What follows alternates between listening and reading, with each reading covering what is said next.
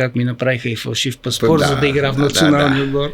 Ще ви кажа как съм тръгнал, но първо да знаеш, че преди да тръгна, бях цесекар. Каза Ники, Ливерпул те иска. Викам, какво като ми иска? В интерес на истината, сигурно това не го знаете, аз отказах на Барселона.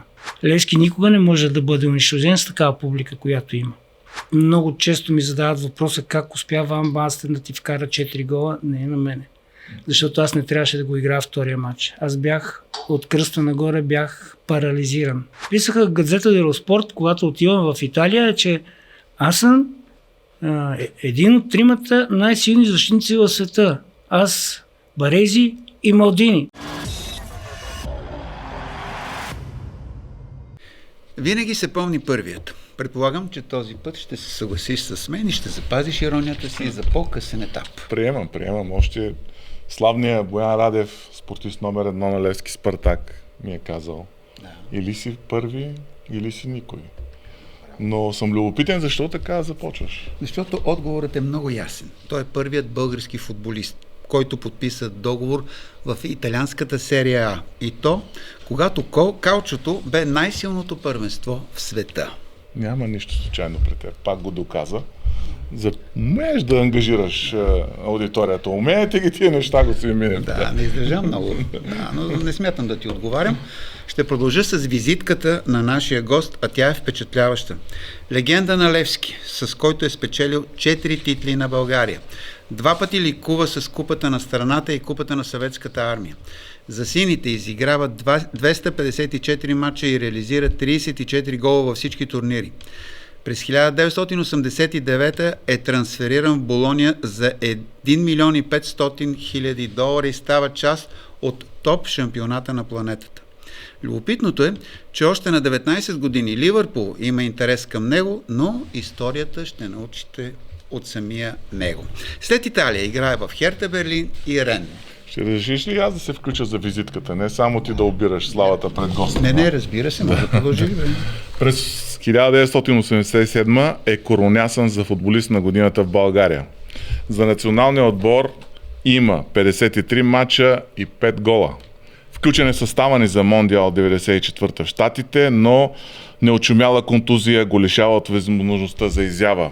След края на кариерата си завършва треньорската школа в Коверчано. Председател е на управителен съвет на Левски за година през 2016, носител на орден Стара планина, почетен гражданин на София. Ти общо взето каза повече неща от мене. В студиото, залата на славата, Христо Стоичков, посрещаме футболиста, отличаващ се с интелект на терена. Николай Илиев. Ники, здравей!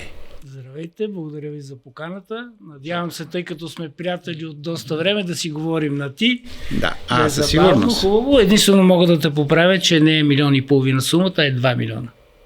Знаех си, че някъде ще сбъркаме. Не. По принцип в началото така се говореше, 1,5 милиона е под наем, но за закупуването 2 милиона общо всичко. Да. Това си говорихме, че пасваш на профила на Код Спорт, неразказани истории, винаги приятелски, усмихнати. Започнем с това, като на 31 марта, ако не се лъжа, трябва да празнуваш 62 години. Да, нали? На 31 марта. Може да не конкретизираш, вижка. 32. Като погледнеш назад, колко щастлив си днес? Чакай първо да си спомня дата, дали е 31 март, защото после сигурно ще стане въпрос и за това да ви разкажа как ми направиха и фалшив паспорт, за да игра в националния отбор. Да се спреме на 30, от 31 март да почнем, все пак тогава си роден. 31 март, да, роден съм тогава, в София, в прекрасно семейство, имам брат, за съжаление баща ми и майка ми вече не са сред живите, но много се радвам, че са ме възпитали по този начин, по който съм. Хубавите неща от живота ли изплуват, като погледнеш назад, или някои от грешките, които си допуснал?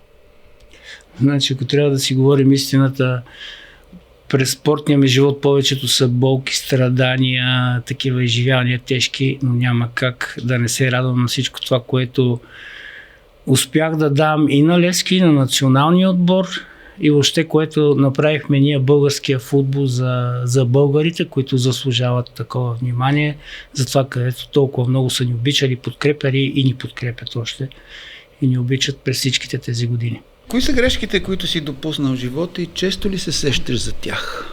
От грешките ли започваме? Аз така съм негативно настроен. Значи една седмица ще трябва да мине от предаването да ви ги изреда всичките грешки. За съжаление, първата ми и то най-голяма грешка, тя сега съпругата ми като го слуша това интервю и пак ще се нервира, е това да напусна Болоня. Имах някаква причина вътрешна, заради един ръководител, не исках да стоя там и направих обаче най-голямата си грешка в живота, да напусна най-силното първенство в света. Тогава италианското, след като вече дори в момента, в който напусках, аз бях и голмайстор на отбора. Ако искаш вярвай, това е втората година, когато започна. И тази грешка, не знам, аз му казвам на президента, си спомням след един от мачовете за купата на УЕФА, защото се класирахме след 19 години за първи път в купата УЕФА, му казах: президент, аз искам да напусна Болоня, искам да отида в Лиц. И той ми каза: Ники, аз не те пуснах в Ювентус, ти искаш в Лиц да си. Кога са ми искали Ювентус? В момента, в който те първия ден още на подготовката, първата година ме оперираха, веднага влезнах в болница. Бях зле с кръка. Докато те оперираха, Ювентус те искаше. Това е първата ми грешка. После имам грешки, че отказах на Лиц. Те искаха 3 годишен договор. Аз им казах: повече от половин година при вас, англичаните, няма да стоя след всичко това, което видях за няколко дена, докато бях там, подготовки и такива работи. Третото, отказах им 3 години, съжалявам. Те след това станаха шампиони на Англия следващата година. Мисля, че Кантона даже дойде, беше Страхан там. И другата грешка също е, че не мога да кажа, че е грешка, че се върнах в Левски, защото се върнах за да им помогна да станат отново шампиони. Толкова години не бяха шампиони. Върнах се 92. Сега не може да се върнеш обаче. Те станах още повече. Аз да се върна да бягам. Това е важното, ако може.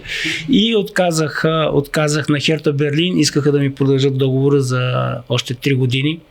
Но аз заради Левски дойдох, останах и радвам се, че поне шампиони ги.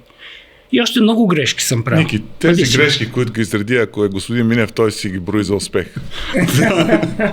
Той ги брои за успех, да. Нека да вкарваме малко светлина в нашия разговор, както Енергото БГ светва за милионите абонати. Ники, представяме ти платформата на нашите партньори от Енергото БГ, която създадаха с цел да улесни малки и средния бизнес в избора на доставчик на електроенергия. Като знам, ти на времето беше бизнесмен, освен футболист, но това е друга тема, която ще засегнем по-нататък.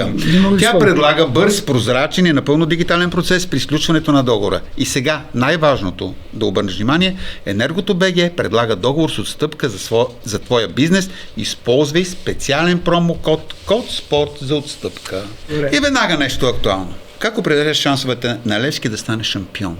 Може би няма да е лошо поне веднъж да спечелят срещу Лудогорец, например. Един път само. Значи, да ви кажа честно, от това, което виждам, първо, 9 точки разлика бяха, 12, 9 точки разлика са доста. И това в едно от най-слабите първенства не в Европа, в света, според мен. Ако ти не можеш да станеш сега шампион при 9 точки разлика, всеки един отбор, от това, което наблюдавам, защото аз почти не гледам български футбол, от това, което наблюдавам, всеки един отбор може да победи другия. Гледах ги последните за първи път от една година сигурно, понеже ме канят спонсорите на Левски, много са внимателни, мили, благодаря им. За това нещо ме поканиха последните 2 мача, плюс Лудогорец, където по телевизията го гледах, и с Берое гледах ги. Значи единственото нещо, за което аз им пожелавам на всяка цена да станат шампиони, това е публиката. Отново за пореден път видях левскарската публика, която подкрепя отбора си от първата до последната минута. Те умират за отбора си и те заслужават тези хора най-после, мисля, че след 17 години отново да станем шампиони на България. И ако ти не можеш в това слабо първенство с тези 9 точки разлика да станеш, аз не знам кога може да станеш. А мислил ли си някога, че ще настъпи такова безвремие в Левски? 16-17 години без титла. Това проблема не е само в Левски. Проблема е в целия ни български футбол.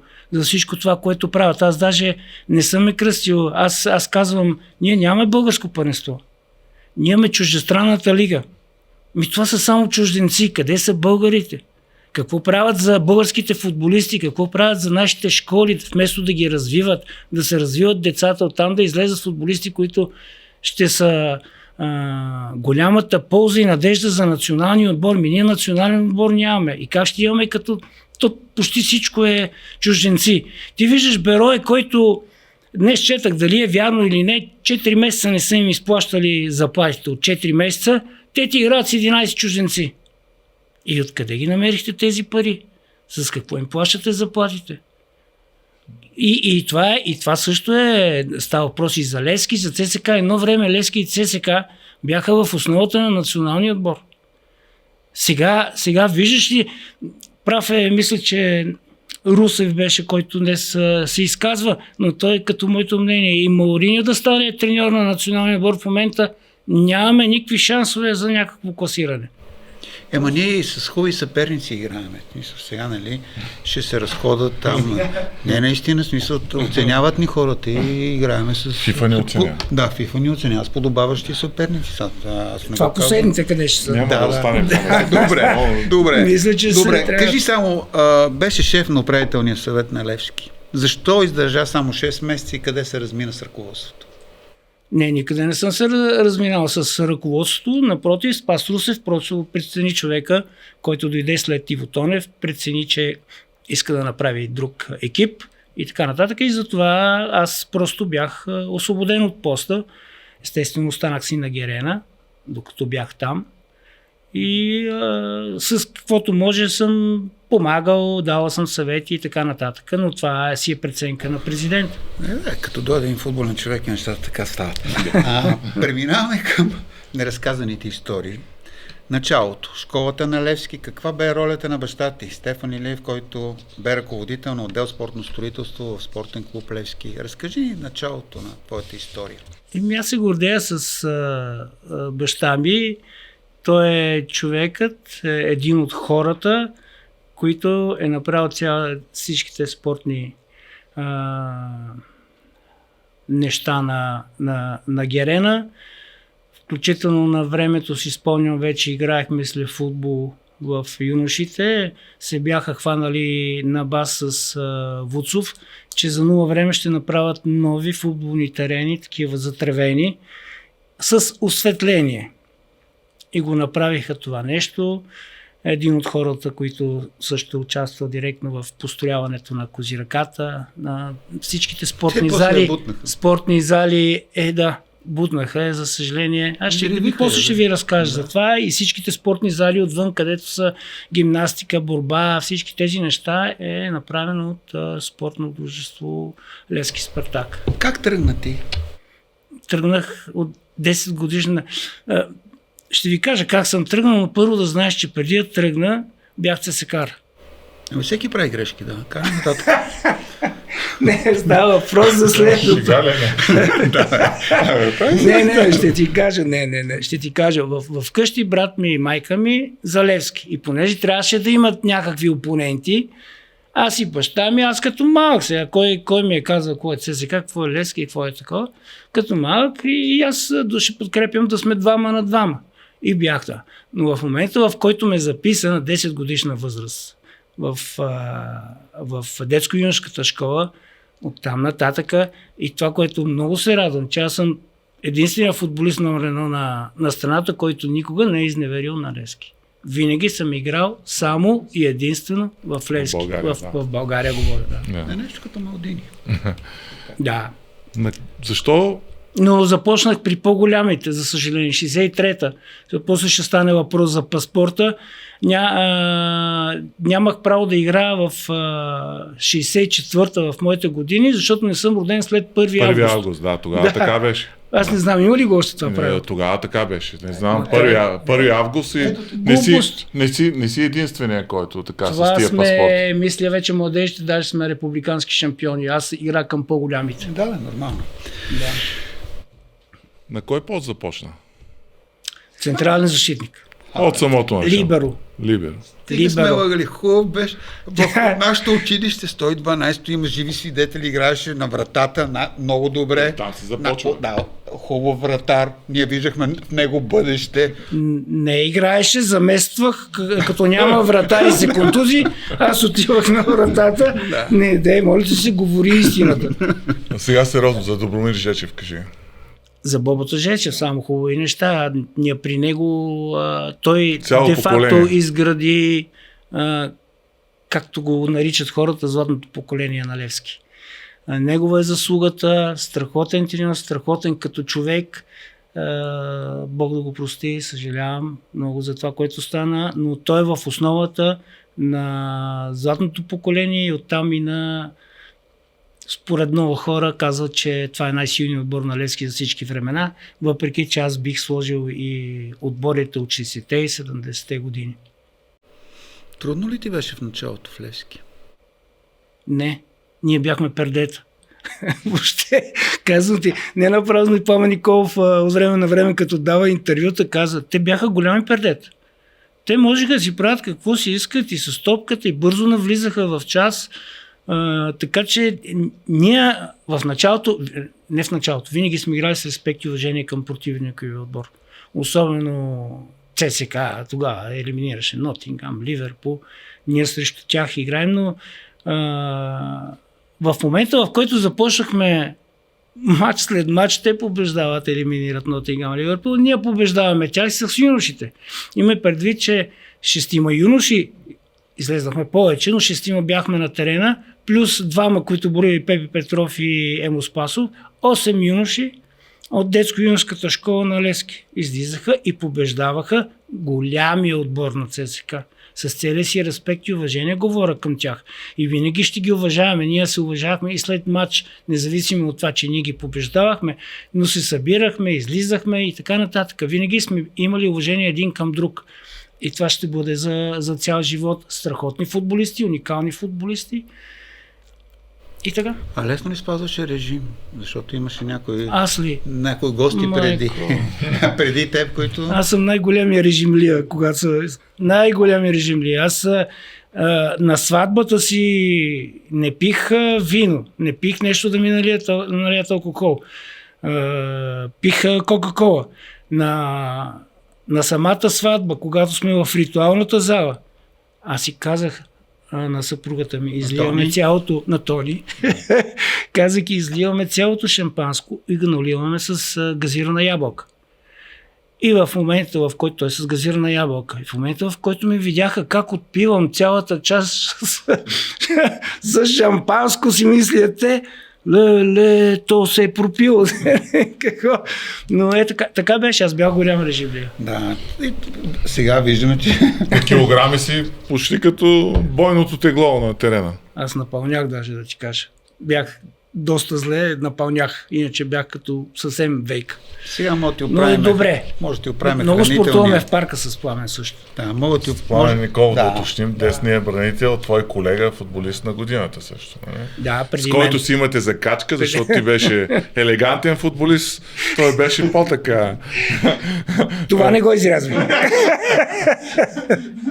По-безцеремонен. Това ще го после пак в парка, добре. Ние ще ти помогнем да влезеш в един хубав здравословен режим. Това става с помощта на нашите партньори от Ninja Ball София.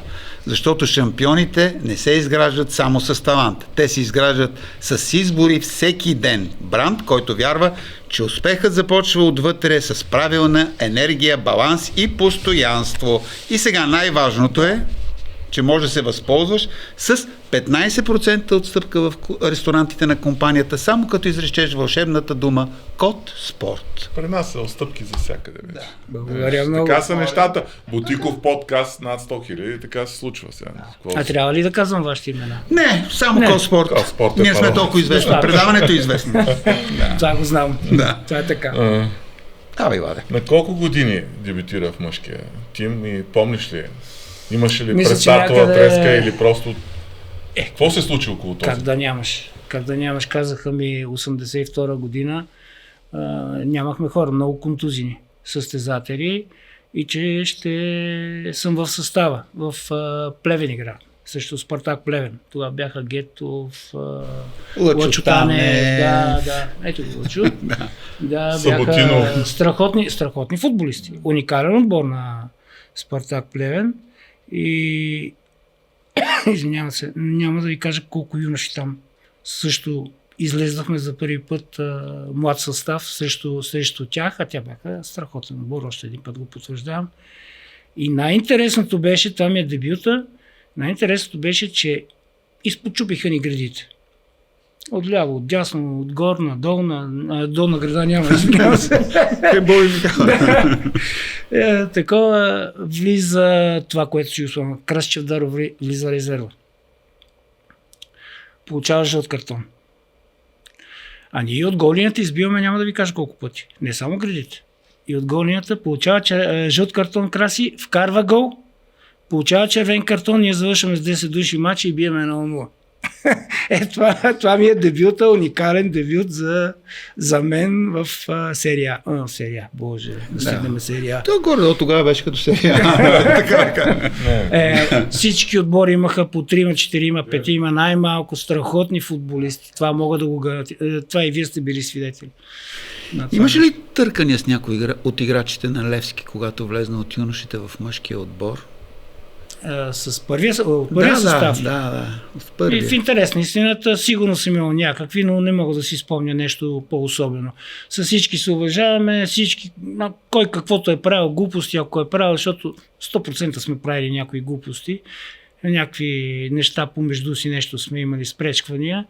Не си мисли, че така всичко гладко минава. Въобще не си мисли? Но аз съм простил на всички, надявам се и те са простили, ако някъде аз съм сгрешил с нещо.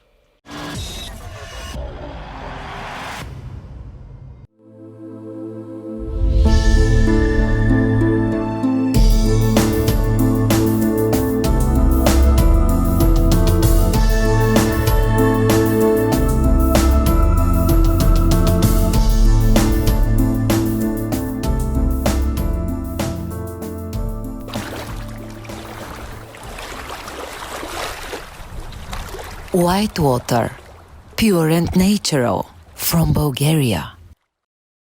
Винаги държа да печеля мача. Може би, защото съм Мика Стоичкова. Затова сключих застраховка злополука План VIP. Една за мен и за семейството ми. Застраховка злополука План VIP е спечелен матч. Перфектната защита за теб и детето от Мусула застрахователен брокер. Избирам да сме спокойни. И аз, мамо. От Мусула застрахователен брокер.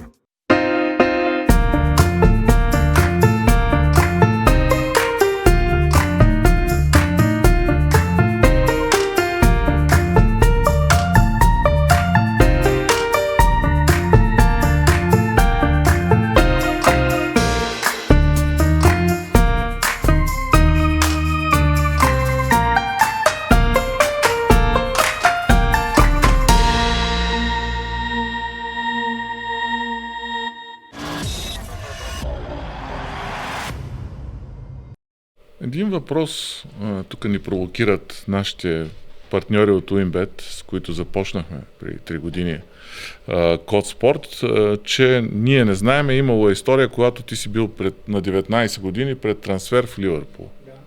Вярно ли е това нещо? Разкажи ни. Какво да ви кажа, то дойде при мен Нечев, мисля, че се казваше, и каза: Ники, Ливърпул те иска. Викам: какво като Миск? Нали знаете, че преди 28 години в България въобще не можеш да си помислиш да напуснеш да играеш в чужбина. Да ме запомнят след 9 години да се обадя. Викам, направо го отпиши това, че Миска. Го Значи е отпиши. вярна тази история, да. Okay. Да, вярно. Това е първият отбор, който ми поиска. После беше Штутгарт, Марсилия, Рома, Дженуа. В интерес на истината, сигурно това не го знаете, аз отказах на Барселона. Сериозно това. Кога година се случва това? Мисля, че бях в Италия. В Италия вече исках да напускам и така нататък и дойдоха и ми предложиха да играя в Барселона. Тогава още ние с Ицо страхотно се уважаваме, нямаме никакви проблеми един към друг. Тогава прецених, че не трябва да ходя в Барселона. В момента още гледаше този скандал за капитанската. Не, тогава не. Нямаше ли вече? Не, той беше след това скандал с капитанската мисля.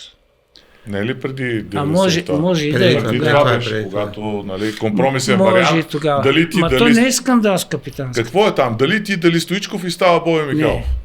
Как са нещата? Кажи ги, моля. Значи истината е следната.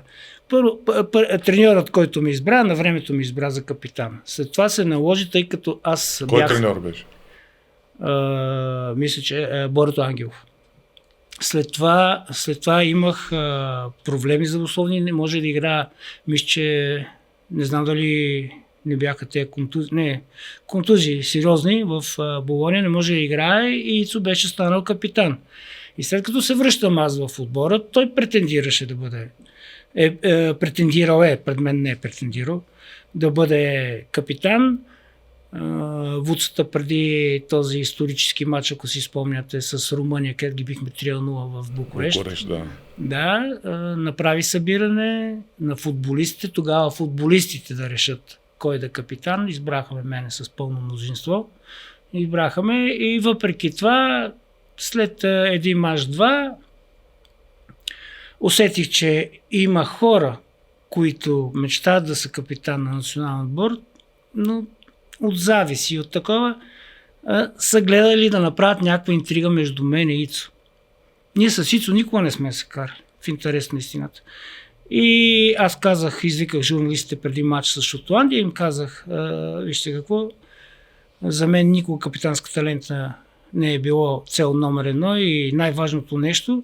За мен е важно, смятам, че е важно и Ники Илиев и Христо Стоичков да играят за националния отбор. Отказвам се от капитанската лента и я давам на Боби Михайлов. Тогава вуцата ми се разсърди.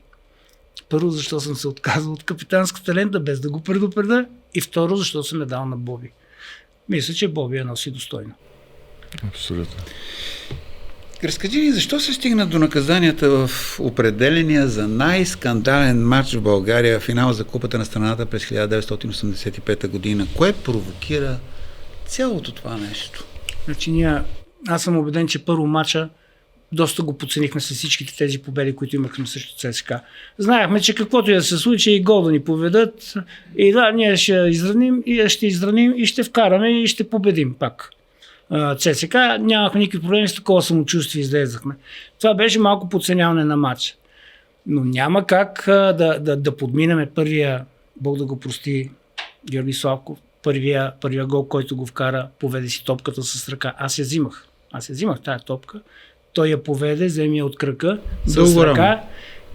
Това само съдята не го видя. Само съдята и страничния, и централния съдя. Поведе си я. Боби даже за момент спира. Той ми каза, че и той е спрял за момент, дигнал е ръката, защото то се вижда ръката 100%. И вкараха 1-0, поведаха. Втория гол абсолютно никакъв фаул. Свирят фаул за ЦСКА и оттам Войната мисля, че го вкара. Да, вкара го от фаул. Гола и това всичко вече много не изнерви. Въпреки, че преди матча да знаеш, че разбора, който се правеше при нас, се усещаше, че някакво напрежение има. Но това го усещат самите треньори и ръководството. И те се опитаха по някакъв начин да ни предадат тези неща на нас, да внимаваме на терена, да не влизаме в конфликти, да не се разправяме с противниковия отбор. И после разбрахме, че те са били предупредени, че нещо може и да става. те се опитаха по този начин, с странен разбор да ни го направят това нещо, но после го усетихме това нещо. Аз не напразно преди малко, не знам дали го казах тук, но преди малко ви казах, че на полувремето в трибуните Милко Балев е казал за нашия отбор: този отбор трябва да бъде унищожен. Само че едно нещо не разбраха и той, и Добри Джуров. Левски никога не може да бъде унищожен с такава публика, която има. Каквото и да правят срещу Левски. Опитаха се да ни унищожат. Няма как да ни унищожат. Да, имахме много проблеми. И следващата година, и последващата година. Витуша, малко ли? Да, какво беше? Кашкавал Витуша ли беше? Водка средец. Водка средец, Кашкавал. Да. Имаше и такива безумия, да, но...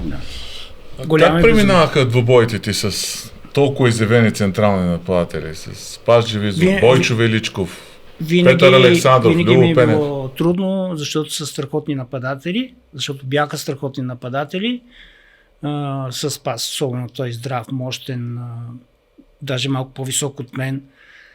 С Любо Пенев, не първо ще кажа, с Бойчо Величков, винаги ми е било много трудно и много голяма концентрация с него, защото той освен скорост, той има не само бързина, той има и техника, скоростна техника. Въобще беше уникален. Той беше елегантен играч. Да, уникален футболист. И на Любо съм му казал, спомням си първия матч, когато той направи дебют на Герена. Тогава още бяхме под шок целият отбор. И той вкара 2 гола. Ние не знаехме въобще къде се намираме до първите 20-25 минути сигурно. Той и Стойчо Младенов караха за 3-1 ли беше? Да, 3-1 ни победиха и аз след време, защото станахме страхотни приятели, след време му казах: трябва да ми благодариш за кариерата, която направи, защото нарочно те пуснах да вкараш гола, да можеш да пробиеш във футбола. Значи ти си допринесъл. Допринесах. А после започнаха него да го слагат да ме пази мен. Защо ме пази мен? После какви нерви, какво нещо, нали, срещу ЦСК на Българска армия, къде вкарах гола, вкарах и на Васил Левски срещу ЦСК, страхотни голове и се го обвиняваха Любо Пенев. А с Петър Александров? И там бяхте много близки приятели. С Петю Александров, голям респект към него, много се уважаваме. Ние винаги сме имали ферплей, сме играли двамата, контузвали сме се без да искаме един друг, но всеки е помагал на другия. Петю също е един от голямите нападатели по това време. След мачовете с Щутгарт, немците искат да те трансферират заедно с Пламен Цветков. В същото време Божидар Искренов, който ни гостува, каза, че обмислял да избяга при гостуването в града на Мерцедес. Защо отново не те пуснаха? Тази история каква е? И не ти ли минавало и на теб презум да останеш? Да остане, да. Къде ще мина? После кой знае какво ще направят на семейството ми комунистите. Всичко беше след 28 години могат да те пуснат, но преди 28 не си мисли, че можеш да напуснеш България. И затова като казаха, те искаха не само мен, искаха и Пламен Цветков, ние двамата, където отбелязахме головете. Искаха и двамата да ни взимат веднага. С кого ще запомниш тези мачове? С немския шампион. С немския шампион, след първия матч, който направихме 0-1 и между другото не играхме никак зле, но и Щутгарт си показа, че си е класа, все пак шампион на Германия и така нататък. Втория матч отидахме там, може да се каже, че цялата общественост беше почти сигурна, че 100% ще отпадне. Че нямаме шанс просто след 1-1 на Герена да направим някакъв бум. Направихме един невероятен матч, в който Щутгарт трябва да са доволни, че не само 2-2, а ние можеше такива контратаки правихме. Ние можеше да им вкараме няколко гола на контратаки и да ги победим там. И това беше нещо невероятно, нещо, няма да ти кажа колко футболисти бяха наказани. Мисля, че Насо не играеше. Емо Спасов мисля, че не играеше. Кои бяха? Руси или Пламен? Такива титуляри, страхотни футболисти за нас важни. Гибона, не усети ли, че иска да стане невъзвръщенец? Чакай, че си кажеш къде ти така. И първия матч с Щутгарт, ако си спомняте, като ги победихме 1-0 първата година. Да. То беше за купата на УЕФА, мисля беше. Така, първи матч, ако си спомняте, Боби какви положения извади, какво нещо на Васил Левски. Ние тогава не знам как не отнесахме 3-4-5 гола. Даже имаше една топка, която така го от 1,5 метра, ма не знам кой беше, Алгеор ли кой беше, не знам, с такъв шут в лицето, че Боби ми каза, че от тази минута до края на матча той не е знал къде се намира.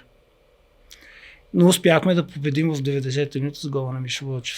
И наистина ние израствахме от година на година с мачовете срещу ССК, с мачовете от първенството, с тези международните мачове. Извинявай, ние играхме страхотно срещу Днепър. Играхме и там само заради изпуснатата дуспа не успяхме да се класираме в следващия кръг, а следващия беше Бордо, което за нас беше елементарно нещо и ние щяхме този отбор, ако не беше наказан от ЦК на БКП, от тези, няма да казвам какви, ние сме сигурни, нашия отбор и много хора са сигурни, че ние минимум полуфинал, ако не и финал, щяхме да играем за европейските турнири. Да, срещу Днепър играете на знаменитата дата 7 ноември 1984. И това колко неща са се казали покрай тази дата. Тайно Спасов. Тогава в София се говореше, че са ви натиснали да загубите са. Поне аз такова нещо не знам и с всички, където сме говорили, никой не ни е натискал. Може да са натискали Шпайдела,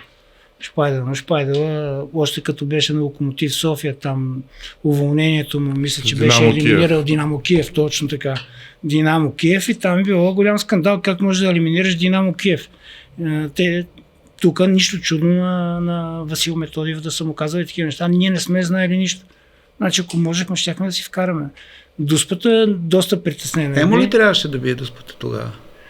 В интерес на истината, Емо ги изпълняваше дуспите, но Емо каза, в момента в който отидах, аз взимам топката, гледам всичко около мене, то няма човек около мене. Те отишли пред нашата врата. Не бяха ли, всеки бяха от отговорност да бие дуспата. И мисля, че Наско тогава каза, че отишъл при Емо и му е казал аз да я бия, обаче Шпайдела от терена, от скамейката, казва Емо. И Емо изпуската. Проблема е, че и след удара имаше още една възможност да я довкара, но случва се това нещо в крайна сметка. Ние така изпуснахме и срещу Уотфорд. Там беше... Да, в продължението. И един гол от, да не казвам откъде, вкараха на Боби така доста далечко. Той малко имаше проблеми с ударите отдалече.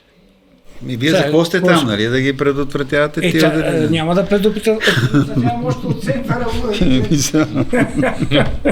Има халфа, те за какво са там? Не е тайна, че страдаше много от контузии. Веднага можем да ти помогнем да забравиш този неприятен спомен. Не, само искам да му кажа. Добре, нормално ли е според теб да играеш за младежкия национален отбор, за олимпийския отбор, за мъжкия отбор и накрая за разтоварване матч в квартала? Добре, смисъл. Това си го запомнил, браво. Да. Не, ти тогава, като идваше при нас, вече беше тежка звезда. Нали? Ама станахме... Тогава не те слагахме на вратата. Станахме градски. Не трябваше и вратар, за това добър вратар. Да. Титуляра беше там. Ние тогава станахме градски шампиони от квартала. Кажи ми, ти представи си каква любов към футбола сме имали всички. Не говоря само за мен. Ние всички, аз примерно трябва да ти кажа, че от малък, докато започна в Левски, аз съм всеки ден на игрището. Аз когато се прибирах от училище, майка ми, Бог да прости, казваше, Ники, това, Коке, така ми казваха, Коке, нямаш ли нещо за учене, няма ли домашни да си напишеш? Научил съм си, мамо, нямам проблеми. Аз отивам, веднага пред нас беше терена, площадката, събирам който мога от улицата и излизаме там да играем. Всеки ден до под тъмни зори. И контузиите една след друга. После започнаха, изведнъж започнаха, но аз много контузии не играх в Левски. Аз заради Левски бях готов на всичко и болка не ме интересуваше и излизах да играя. И оттам после ми дойдоха другите неща. А това значи обезболяващи инжекции, работи една след друга. Биех някакви, не знам дали бях обезболяващи инжекции, но биех някакви, които във времето не са ми помагали чак толкова много. Продължавала си е болката, но съм стискал зъби, защото излизам заради Левски. Да, в един момент те не действат. Да. И въобще не се притеснявам за това, че съм имал проблеми, болки, страдания, лишения, контузии и така нататък, когато става въпрос за Левски.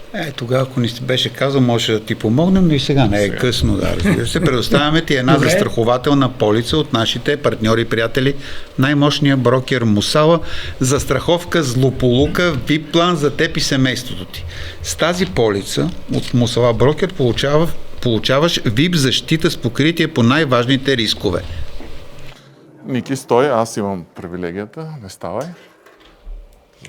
Виж, докъде е докара това? Истински лескар. Докъде е докара това предаване? Благодаря много. Докъде е вътре? Това няма да го изрязвате. Сега ще решим, тук има редактори. Не знам сега как. С провокации. Благодаря много. Живи и здрави. Добре, да те върна 87-ма. Избран си за футболист на годината. Кое се оказа решаващо за вота на медиите и кои бяха основните ти конкуренти тогава? Конкуренцията беше изключително голяма. Тогава националният отбор беше страхотен. Тогава при Христо Младенов бяхме. И за съжаление тази година, ако си спомняте, 3 минути преди края, когато загубихме от Шотландия, първото ни класиране на европейско първенство в историята на българския футбол. В топ 8 щяхме да бъдем. 8 отбора финалисти. Абсолютно, и нашия отбор беше уникален. Ние излизайки на терена, на нас ни трябваше една точка от последните 2 мача. Значи първо Ейрек там ни преби, изпочупи вратарите, нас, контузии, всичко това. Стигнаха до 2-0. Няма да ти кажа, и съдята и подкрепи, и всичко, и това. Но много груба игра. И втория матч ние излизаме, вече хората с такова настроение, обаче всичко е все едно си на погребение. Валеше дъжд, никой не вика, никой не подкрепя, никой такова мълчание, треперене, дали ще вземем тази точка, за да се класираме за първи път на европейското първенство. За съжаление загубихме и даже 3 минути преди края. След като ни вкараха гола, ние изпуснахме 3 гола. За 3 минути 3 гола изпуснахме. А преди това не бяхме много създали положение, защото играхме явно за равен. И такова... Кои бяха след теб в класацията? След мен мисля, че Лъчо Танев беше. С него беше борбата май с Лъчо Танев. Третия не мога да си спомня кой е, но просто всички бяха страхотни футболисти. В първенството говоря. И националният отбор беше уникален. Ние нямахме загуба до последните 2 мача. И най-много ни е яд за Христо Младенов, защото този човек толкова добър, толкова страхотен, такъв човечен, той заслужаваше това нещо. Заради него най-ни е яд, даже не толкова заради нас. Христо Бонев му беше помощник треньор. Дори не толкова и заради Шпатов. Да, но мисля, че даже 87-ма Лъчо Танев е този прословутия гол срещу Белгия, 87-ма. Да, мисля, че не 86, да, или 87-ма. Да. Това е дебюта тогава на Стоичков в националния. Да. Не спомена за един матч с Левски Милан. И какво? Аз само с хубави неща мога да споменам този матч. Да. Говорим тук на Герена. И помогна ли ти той за преминаването в чужбина? Играта, която показа тогава. Не, защото преди това ми исках. Разкажи, не ме гледай мен. Не знам. Това сме те поканили. Преди това ми искаха Милан и идваха при мене, задкулисно казаха, че говорят с всеки един ръководител по-отделно, за да може Болоня ме иска и да отида в Болоня. За съжаление не се получиха нещата, защото Бог да го прости Васил Методиев в едно интервю, той го казал това на ръководството. Значи имайте предвид, тръгне ли си Ники Илиев, тръгвам си аз. От мен шампионска титла не искайте. Така че мислете какво ще правите и те ме оставиха. Но обещаха следващата година да ме пуснат. И то пък през тази година точно се падна с Милан да играеме. Горе-долу не мога да кажа, че нещо с самочувствие го казвам, но ме бяха определили за най-добрия футболист от 22-та на терена. Първия матч, говорим. Втория матч много често ми задават въпроса как успя Ван Бастен да ти вкара 4 гола. Не е на мене. Защото аз не трябваше да го играя втория матч. Аз бях от кръста нагоре, бях парализиран. Бях трагедия, ходих на чекръкчия в Враца ли беше, къде, какво, що по време на матча скъсвам менискус, много тежка контузия направих, но въпреки това след това вкарах гол. И де-факто аз не исках да играя този матч, но Васим той каза, ти ако този матч не го играеш, кой ще го играеш? Трябва да излезеш и да си с съотборници, с твоите колеги на терена. И един друг футболист го пазеше, сега няма да му казвам името, за да не го излагам. Да. И така нататък, това, че е вкарал 4 гола, не е моя вината.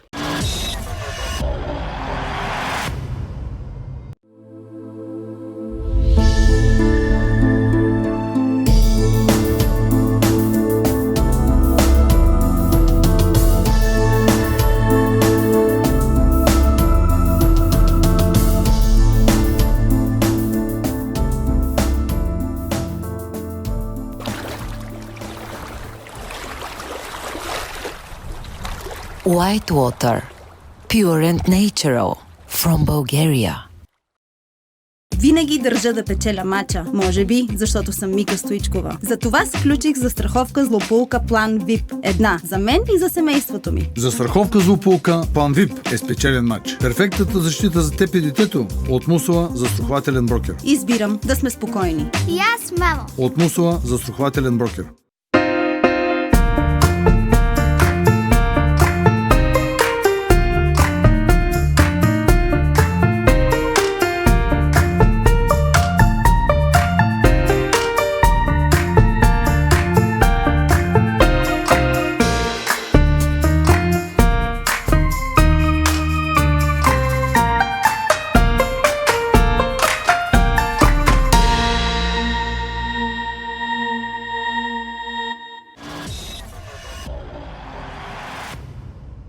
Ти каза 2 милиона евро ти е трансфера. Само за сравнение да кажем, че Андреас Бреме го купиха за 1 100 хиляди долара тогава. Да, това е, да. Рикард, 1 350 000. Рикард. Добре, как се отразява все пак на играча, като знаеш, че толкова пари са дали за теб психологически? И то аз после го разбрах в течение на шампионата. Аз първото нещо, което научих и такова, писаха Газета дело Спорт, когато отивам в Италия, е, че аз съм един от 3 най-силни защитници в света. Аз, Барези и Малдини. Това не може да го повярвам. Идвам от България и съм един от 3 най-силни в света. Имаше голямо уважение към мен, имаше внимание към мен. Успях да го постигна и се радвам, че това е един авторитет не само за Левски, но за целия български футбол. Съжалявам, че после не можах да се задържа с грешките, които аз ви казах преди малко и напуснах сам, но и тези контузии, които започнаха още от първия ден на подготовката. След това в Болоня ми изчупиха носа. Срещу Ювентус щях да отбележа гол, но при самия удар, който нанасям, виждам как ще я вкарам топката в мрежата. Галия от Ювентус си дига главата. Така се удрям, че доктора ми каза, изнесаха ме на носилка, доктора ми каза, че съм бил на 1-2 от ослепяване. Тук, където ме удря. И такива неща непрекъснато бяха. Почва следващата година, отново започват контузии и така нататък. Въпреки, че ви казах, че бях голмайстор втората година, като напуснах. Но това е футбола. Не може само да... Сега има един футболист, няма да се усмихваш кой, който непрекъснато някой да му влезне, да отнеме топката, той прескача, той си скача по-рано. Може. Има право. Проблема е, че на моменти стъпваше върху краката ни отгоре. Разкажи ни за двубоите с някой от най-именитите нападатели в каучото по това време. Първия двубой, който направих дебюта е срещу Интер. Те бяха шампиони на Италия. И това беше във втория кръг, защото първия бях още контузен, възстановяван и така нататък. Направихме 2-2 и според много от хората съм направил един от най-силните матчове и казаха, че този път президента и треньора са оцелили точния футболист за отбора, за мен. Другия матч, който няма да забравя, това е срещу Милан. Пред последния кръг. Последните два кръга играем с Милан и Наполи. И двата отбора се борят за шампионската титла. Ние до тогава нямаме загуба. Болоня. И срещу Милан отбелязваме гол. Съдята не го забеляза. Нито страничния, нито централния. А топката минава, ако това е гол линията, топката е тук. Бар няма. И не го забелязва, 0-0 завършва отново страхотен силен матч. Направих и естествено паметен за мен ще остане не само като игра в другите матчове, но и спомените, които имах с Марадона, с Диего, последния матч. Ако те ни победят, са 99% шампиони. И се разбираме още първото по време, защото целият стадион почти е пълен с наполитанци. Това за първи път се случва през годината. Всичко беше Болоня, болонези. Всичко с наполитанци дошли, надявайки и се бият ли, почти са шампиони. И се разбрахме, свършва първото по време и тръгваме към тунела. И тъмън влизаме в тунела, викам да не е пред всичките хора. Викам Диего, дай ако иска сега си размениме фанелките. Спокойно, Илиев, няма проблеми, след мача ще си е. Викам, Диего, с тази цялата установка, където я виждаш на стадиона, с тези се, кой ще ме допусне въобще да стигна до теб в това положение? Той вика, окей, добре, Илиев, давам ти, дай си разменяме фанелките, разменихме си фанелките и имаме като спомен, естествено. И той вкара в този матч последния си гол за шампионата и стават шампиони. Аз вкарам първия гол на българи в италианското първенство с пета. Така че няма как да ги забравя тези матчове. Всеки един мач се помни. Всеки един мач е уникален. Имаш ли колекция от фанелки? Кое? Колекция от фанелки. Пратил съм ви снимка. Хайде сега. Кажи. Колекцията е голяма.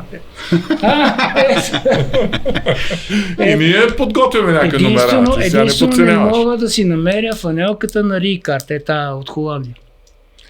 Това не мога да си намеря, не знам къде. Това е на Ван Бастен, Гулит, Рикард, Барези, Руди Фьолер, Марадона, Карека, Виали, на много футболисти. Добре, след Италия. Приемаш предложението на Херта Берлин.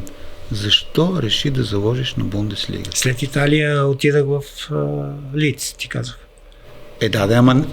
Отказа, да. А затова и след това отиваш в Германия.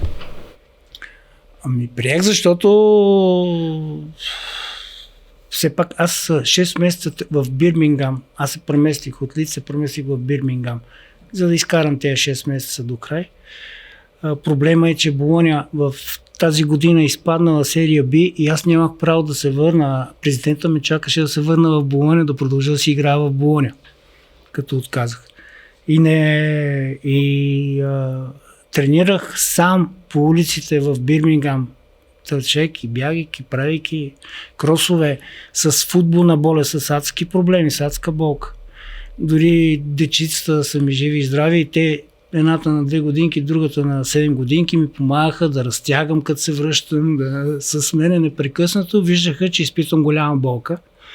И се съгласих, естествено. Кой те потърси още? Кой ме потърси? Да, от Херт. Мисля, че менеджер ли беше, но казаха ми, че просто Берштанге е влюбен в мене. Знаеш го Берштанге? Или? Той не ме знае, аз го знам. Да. Аз го знам кой, но той не ме знае. Да. Той толкова се бил влюбил в мене да отида в отбора. Той беше треньор на националния отбор на ГДР. На ГДР, точно. Да, тогава... Един хикс направихме с тях. Не. Бихме ли ги 1-0? Аз играх десен бек тогава. Аз там ти е било мястото. Това е... Това на място на Пламен. За Пламен Никола. Ще ще отиде кариерата му. Да, казаха, не искаме да има жертви, затова играй ти десен бек. А как завършихме? 1-0 за нас? 1-0 ги победихме 3-4-5 минути преди края. Вкарахме гол. От фал. Да. Точно така и заминах за Херта Берлин, но там нещата добре вървяха. Даже в един мач ме сменя, защото съм контузия получих и едва куцам вече и така нататък. Това да го разправям като момент от матча. Берштанге ме сменя и губиме матча. И този национала, как се казваше? Както и да е, той беше национал на ГФР. Марио Баслер. Марио Баслер и Нико Ковач беше тогава. В отбора му казва на Берштанге: Ники, и контузен да е, трябва да остане на терена с нас. Никога не трябва да го сменяш. Така беше страхотни. Имаше страхотни футболисти. Има яд, че не продължих договор за още 3 години, както те исках. Но грешките ми, да, прави така и аз така правя. Главо. Пропуснахме да те попитаме. За Англия не се изказа добре. Какво не ти допадна там? Значи Живота ли не ти допадна? Футбола ли не ти допадна? Футбола и част от живота. Футбол, защото отиваш, вместо идва топката към тебе, вместо да я поемеш, да я подадеш, да отиграеш, има цялото пълното време да го направи това нещо. Той я бамка към трибуните, всички, цялата трибуна, браво. Ръкопляскания на крака за това, че изчистил някаква топка, която е негова. Влизам в съблекалнята, тръгваме да правиме вана, и то много голяма вана, няколко 8-9 човека. Те започнаха да си се бръснат, всичко пада във ваната. Викам, не. Аз тук забравих. Италиански възпитаник идва, тук разглезен от Ботуша, разглезен. Да, и то от Ботуша. Той къде да се... Може ли такива работи да се случат? Там съдята не свири. Там, и другото, един чупът му крак или нещо е почти щупено, той става, намества си кръка, съдята не свири фал, вика, давай, там няма фал. Там и да те убият на терена може чакат да се съживиш. Така не каза Ян Ръш, че всеки уважаващ себе си отбор трябва да има един номер 6 убиец, който да се разправял с... И вика, тогава беше много по-сложно. До 30 минута съдията картон не показваше. Картон. Картон. Те не знам и кога са показвали. Не ти казвам, той и без крак да останеш, картон не показва. Обратно в Левски за един сезон, 92-93 шампион. Какво беше по-различно от чувството, когато беше шампион на България, преди да заминеш в чужбина? С други хора сега. Не беше отбора същия с такива футболисти, каквито бяха в началото, златното поколение, да, и така нататък. Имаше доста и футболисти от провинцията, но всички бяха страхотни, добри футболисти. И мисля, че заслужено спечелихме шампионската титла. След това мисля, че още 2 години подред спечелихме. 3 години подред спечелихме шампионската титла. 2 мисля, че. 2 или 3. Както и да е, не споря, но бяха много добри футболисти и абсолютно заслужено станахме шампиони още тази година. Радвам се, че успях аз тогава бях, след Пламен Гетов, бях голмайстора на отбора, въпреки че изиграх само 14 матча, защото отидах на операция. И това беше... Отидах в Болония, само че ръководството на Левски, няма да казвам лоши думи за него. Поиска, още не съм възстановен напълно в Болония, там ме възстановяваха и така нататък, веднага да се върна и да играя в Левски. И аз започнах да играя куцайки. И оттам нещата отидаха на втора операция. Не, оттам бавно, подписвайки с Рен, нещата вече изглеждаха доста по-тежки. Защото не можах да възстановя и това е вина на ръководството на Левски. Ние мечешка услуга направихме на нашите приятели от Мусала с тази страховка, като слушаш тук. Да, те могат да съжаляват, че още в 88-92 не са му дали Рекламно лице. Поне нещо да получа от вас. Да, Ник. Добре, с какво ще запомниш престоя си в Рен? Там се говори че си бил на крачка от ампутация на крака ти. Значи, в Рен се радвам, че изигравайки след световното първенство, първите 5 мача бях обявен за император на терена.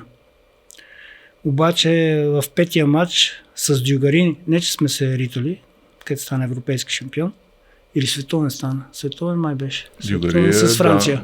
С Франция. Така, сблъскахме се просто.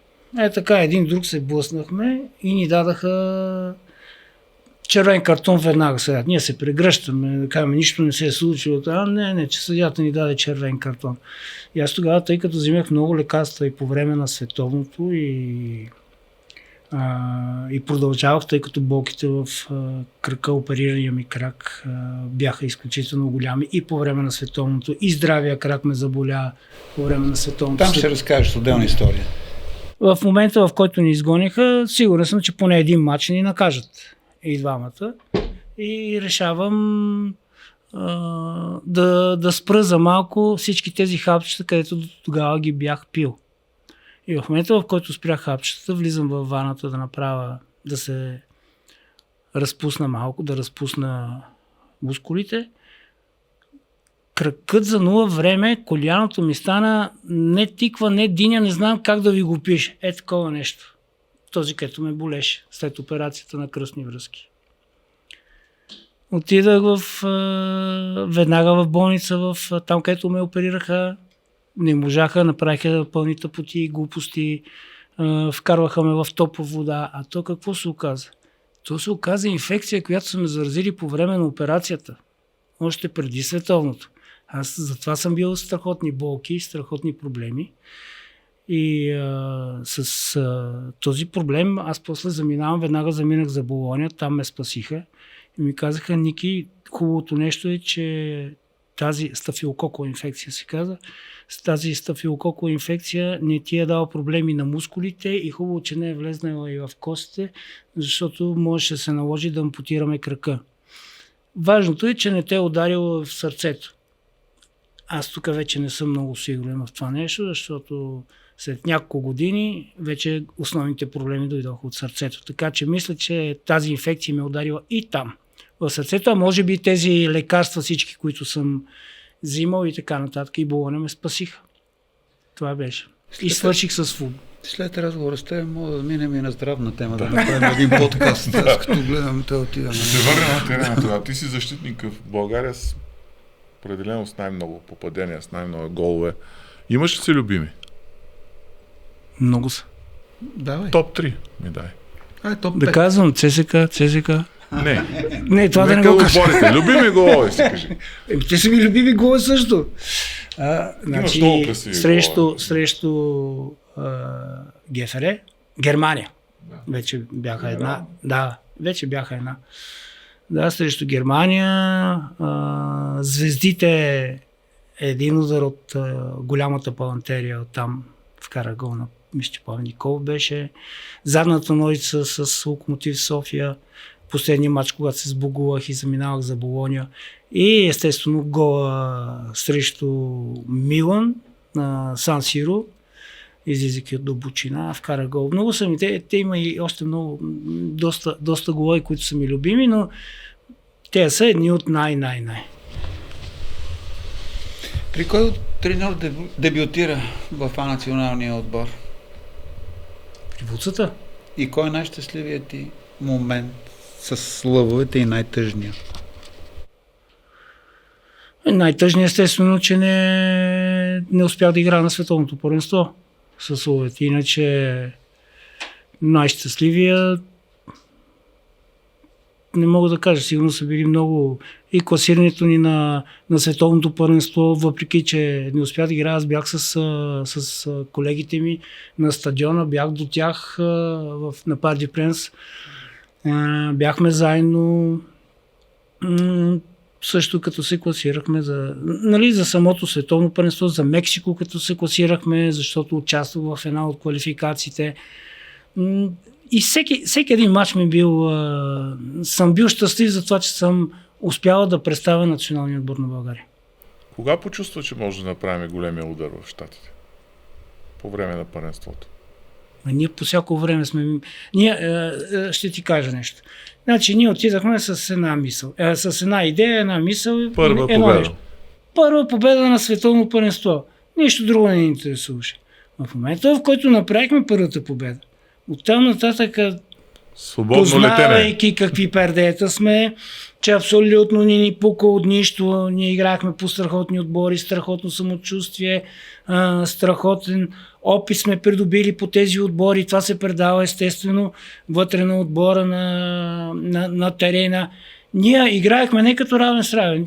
Ние знаехме, че можем и тези да ги победим, и тези да ги победим, и тези. Всички. И това не бяха очудващи се победи. Това бяха закономерни победи на фона на тези футболисти, които имахме, и на тези футболисти, които излезнахме на времето да играем в много силни първенства. Този опит ни помогна, за да стигнем до бронзовите медали в САЩ. Контузията преди Съединените щати. Разкажи ни цялата история. Защо не взе участие в нито един матч? Пак ли за страховка ще ми даваш? Няма, само за контузии говориш. То друго какво има около тебе? Аз не разбрах. Хубави голови. Хубави голови контузии. И Италия. Италия, да. Преди това, аз ти казах, явно не съм бил, аз бях в Рен, не съм бил възстановил както трябва и после оказа, че е стафилококова инфекция. Доктор Гевренов, какво го молиш? Да ти вадат... Доктор Гевренов, повече знам от тебе, по време на самите мачове, по време на световното първенство, аз взимах по 300 мг волтарен. 100 мг свещичка, 100 мг хапче, 100 мг инжекция. Самият доктор, той ми каза: Ники, това, което ти давам и което взимаш, не е полезно за тебе, не е полезно за твоето здраве. Казах му: докторе, въобще не ме интересува. Ако се наложи да влезна и да играя, да помогна на момчетата, аз трябва да съм готов. А въпреки тези 300 мг, болката си продължаваше здравата. И след това разбраха, че е стафилококова инфекция. Но такъв ми... То затова филм се казва съдба. Такъв ми бил късмет. Тръгваш посока треньорска професия веднага в авторитетната школа в Коверчано, Италия. Завършваш пролиценз. Кои други известни футболисти взеха дипломи с теб? Беше... Световни шампиони. Каузио. Този беше Дзенга. Барези дойде на финала. Там снимките, къде сме направили с него. Дойде на финала. Аз завърших школата и вече бях убеден, че ще ставам треньор. Даже в Болоня щях да започна, тъй като работех тогава в Болоня, тази последната година, като правих школата. И връщайки се в България за един месец почивка, се случиха тези неща усещах, че нещо не мога да възстановя както трябва още дишането си, след като се натоваря. Ние играхме приятелски мачове помежду си, колеги и така нататък. И усещайки това нещо, веднага ме вкараха в болница. И тогава бяха извикали съпругата ми на страна при Чирков. Бяха извикали на страна и казали, че в това положение, в което ми е сърцето, аз нямам сърце, т.е. те не могат да направят нищо и не могат да ме спасат. До няколко дена сигурно ще умра. И благодаря на тях, благодаря сигурно и на Господ за това, че направиха всичко възможно и ме спасиха. И после продължих напред, но се отказах от треньорската професия и от тези неща.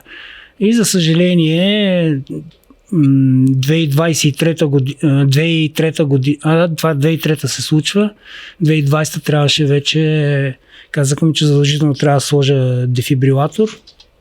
Сложиха ми на сърцето дефибрилатор, който в интерес на истината минимум 2 пъти до сега ме спаси от клинична смърт. Бил съм, както и да не говорим много хората да не се впечатляват. Спаси ме 2 пъти, 3 пъти припадах, директно на главата си падах, няма кръвно, няма налягане, няма нищо. И така се случиха нещата, че до тук и гледам сега колкото се може. Аз затова много не гледам в момента, казах ви, нямаме български футбол, чуждестранната лига, много не гледам футбол. Вчера за първи път гледах тези в европейските турнири, Шампионска лига, 2 мача и искам колкото се може повече време да отделя на семейството си, на съпругата ми, тъй като по време на футбола нямах това време, бяхме непрекъснато по лагери, колкото се може това, което ми е останало, да го дам на моите внуци, на моите прекрасни 2 дъщери и дай Боже да съм жив и здрав, да се виждаме още доста време. Дай Боже, жалко за твоите треньорски амбиции, след като и тия ментори, които имаш, Ариго Саки, на стаж, Марчело Липи. Да. Това е летящ старт. Какво научи от тях? Че съм голям. А тази скромно ще те погуби, така забелязвам. Не забелязвам, че... Там си правя. Как го хипнотизираш? Да, как спря да говорим, още не можа да отговори. Трябва да си намерим мастер. Много радостни, между другото бяха. Ригозак се сеше за матча с Милан, когато вкарах гола и когато ни биха и ни елиминираха. Те станаха тогава европейски шампиони. Ние бяхме единственият отбор, който успя да вкара 2 гола. Нито един отбор не успя да вкара 2 гола. И много радостен беше, с усмивка ме посрещна това на тренировката на Милан. Аз в момента съм на тяхна тренировка и следа какво записвам нещата, както и на Ювентус при Марчело Липи. Там се снимахме. Мисля, че тази снимка съм я пратил с Дел Пиеро и с Чиро Ферара, където Чиро Ферара беше в Наполи с Марадона играеше. И сме приятели с него. Още много хубави моменти, много ме подкрепаха във всеки отношение. Аз много неща видях, нови. Аз карах тук в Левски, когато се върнах да се пишат тренировки, да се пише начин на тренировка, кой тренира, кой не тренира, кой отсъства, кой е контузен, кой не е. Това да се води цял списък с всичките тези неща в една тетрадка и всеки път, когато ти трябва нещо, ти само отваряш тетрадката и виждаш. Днес сме направили тази тренировка. Този отсъствал поради този проблем, поради онзи проблем. Много неща се опитах да вкарам в детско-юношеската школа на Левски. Спас Русев. Вика, не си нужен. Не, той не каза, че не си нужен. Тя предпочита си негов екип, негова си работа. Добре. Но имаш, все пак треньорски дебют имаш с Наско Сираков в Славия. Да. Какво си спомняш от този период? Спомням си едно единствено нещо, което много ме яд, че ние можеше да станем шампиони на България. Съвсем малко бяха разликата от точките и то с Литекс, които играеха на наш терен. И този матч за мен и за Наско беше продаден на Литекс. И вместо ние да намалиме и почти вече да сме изравнени точки с Литекс, те дръпнаха на доста точки, Наско напусна, ме накараха, моля ти се, поне ти остани.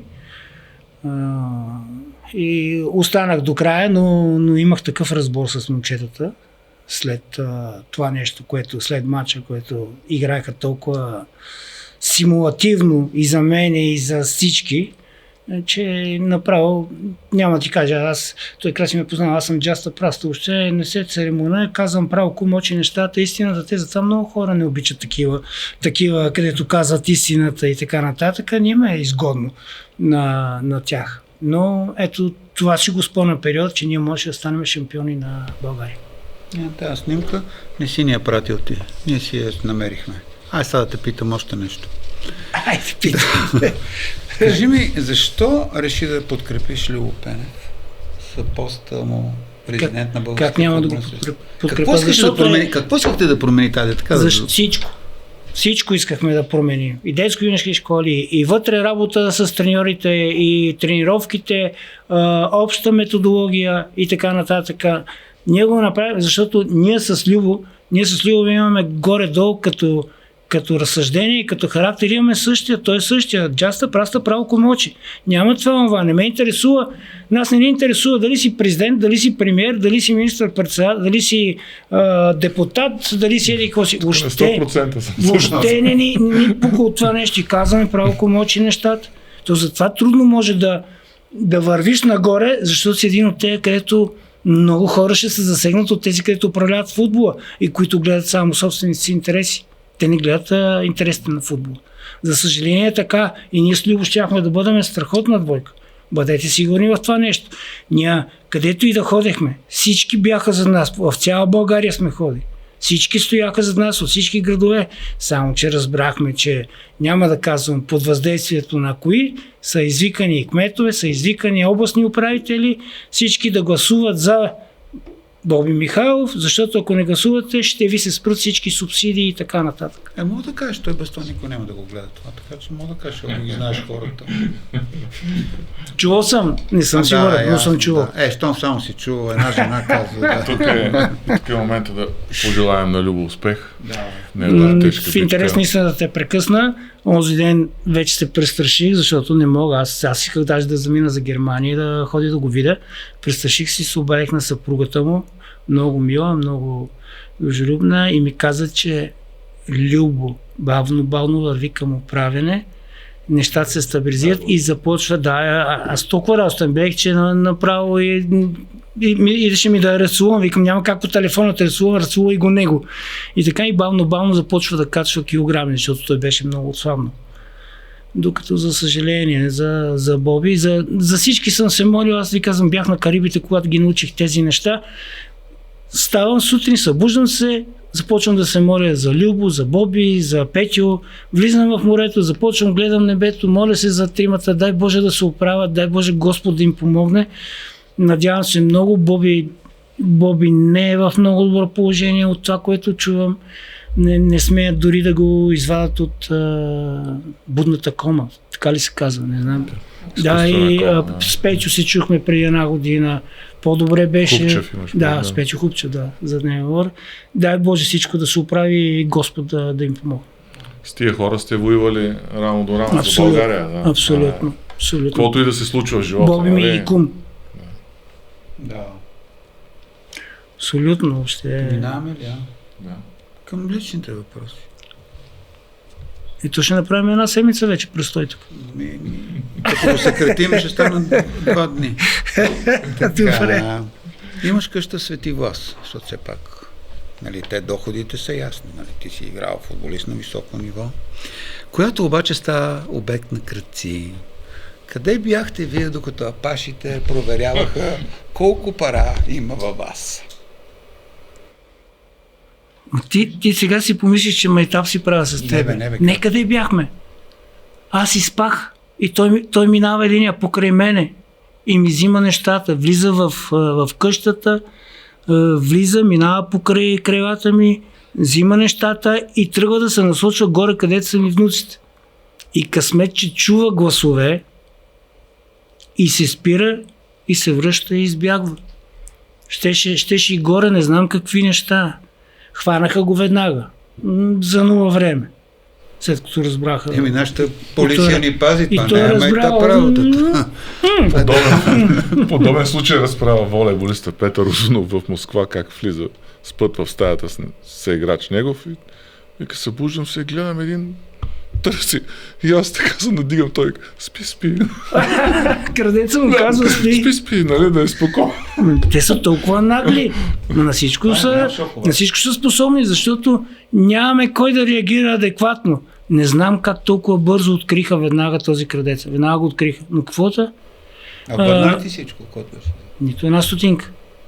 Всичките 1000 левове ги беше взел. В смисъл, взел и похарчил. Кога ги е похарчил, не знам. Както се казва, кои пари са твои, тези, които си похарчил. Да. Значи, и той на този принцип. Да, и после никакво връща. Осъдиха го, даже казаха иска. Не навестявал пак. Стига, чукаме една вярва. Остана ли кътче в Италия, което да не си посетил? Италия има такива красиви места. Аз надолу по Сицилия съм бил, ама съвсем за малко, примерно морето, нагоре има също страхотни места, невероятни. Сега хубаво, че покрай Комо, където живеят децата ми, едната, нали, е женена за италианец, живеят там, също разглежда много неща. Италия е толкова красива, че няма да ти стигне едно от най-хубавите места. Да, затова им заблазявам, че са на това място. Няма да ти стигне, мисля, цял живот, за да разгледаш цяла Италия, защото все пак ние с съпругата ми се опитваме да обикаляме света непрекъснато. Били сме на всички континенти, изключение на Антарктида. Но там котка ми мина път. Имате време. Сте млади хора. Благодаря ти за комплимента. Това да го оставите в записа. Той те плаши с отрязване тук постоянно. Да. А ти не знаеш, че нищо за не се те хубави неща да не ги изрязвам тях. Да. С удоволствие. Аз даже мислех от Ушуая ли беше долу или от Огнена земя. Как беше оттам да тръгна, пък тя да остане да разглежда останалата част, която не е, макар че тя била и в Аржентина и в тя. Едната дъщеря в Комо, не я поздравяваме вече за избора, другата? Другата е тук, в България си живее. Избра българското? Две хубави сватби. Избра българското, да. Това е втората, малката. Това е малката. Това сме в двореца. Къде ги извади тези снимки? Какво мислиш, бе, ние да не спиме? Аз мислех нищо лично да не давам. Да, ти има то. Някой ще пита. Не го хвали него. Той има цял екип тук работи за него. Той затова толкова реклами трябва на тези хора хонорар. Защото хубави снимки дава. Прощавам. Да. Виж как стимулира хората с хонорари. Да. И после го критикуват реклами. Да, папки хубави неща. Браво. Внука Николас. Така, внимавай. Николас, да. Ма не е кръстен на тебе или на тебе? Не ме питаме. Аз ставам и си тръгвам. Ти какво казва в предаването? Сега ще попита дали внука играе крило. Ето, сега искаме да поздравим специално внука на Николас, който носи неговото име. Какво казва в Интер, когато... Това съм го забрал даже. Аз си го спомням, защото го има на запис. Ти си по-млад човек, за това помниш, къде са. Има и това нещо. Ники, последно. Да. Какво си пожелаваш за финал на нашия разговор? Всички да сте живи и здрави, всички да сме живи и здрави, да няма война, защото това е най-лошото нещо, което особено да си помислиш в 21 век да има войни и всичко около тебе да воюва. Заради, няма да казвам двама, които искат да си разпределят света и правят всичко възможно, за да направят тези войни, за да могат да вземат все повече и повече, да къдат, убиват невинни хора, защото те ги убиват, невинни хора, деца. Мисля, че това нещо трябва по най-бързия начин да спре и ние света да заживее наистина да бъде един мирен свят, без войни, с много любов, живота и да си помагаме. Ники, благодарим ти. Знаем, че не даваш интервюта, много рядко даваш интервюта. Благодаря за жеста, че дойде при нас, че беше приятно. Надявам се нашата аудитория да го оцени. И аз благодаря за поканата, да сте ми живи и здрави и да върви както до сега успешно предаване. Дай Боже. Благодаря ти много.